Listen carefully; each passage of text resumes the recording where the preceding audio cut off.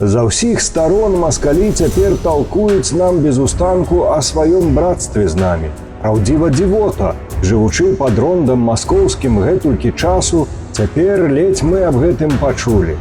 Для таго не без карысці будзе паглянуць, як гэта маскоўскія браты самі ў сябе гаспадарылі, да і з намі рабілі, каб пазнаць іх шчырасць і права на братства нашае.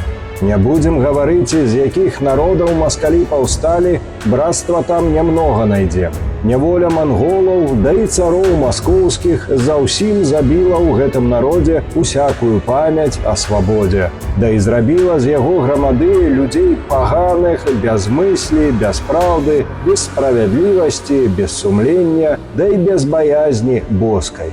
З гэтакім народам цары маскоўскія, што то жывуць людскою крыўдаю, падбілі зямлю нашу пад сваё панаванне. Тут-то мы іх і пазналі. Гэтых, як яны сябе называюць, братоў нашых. Кастусь Каліноўскі, лісты з-пад шыбеніцы, 1864 год.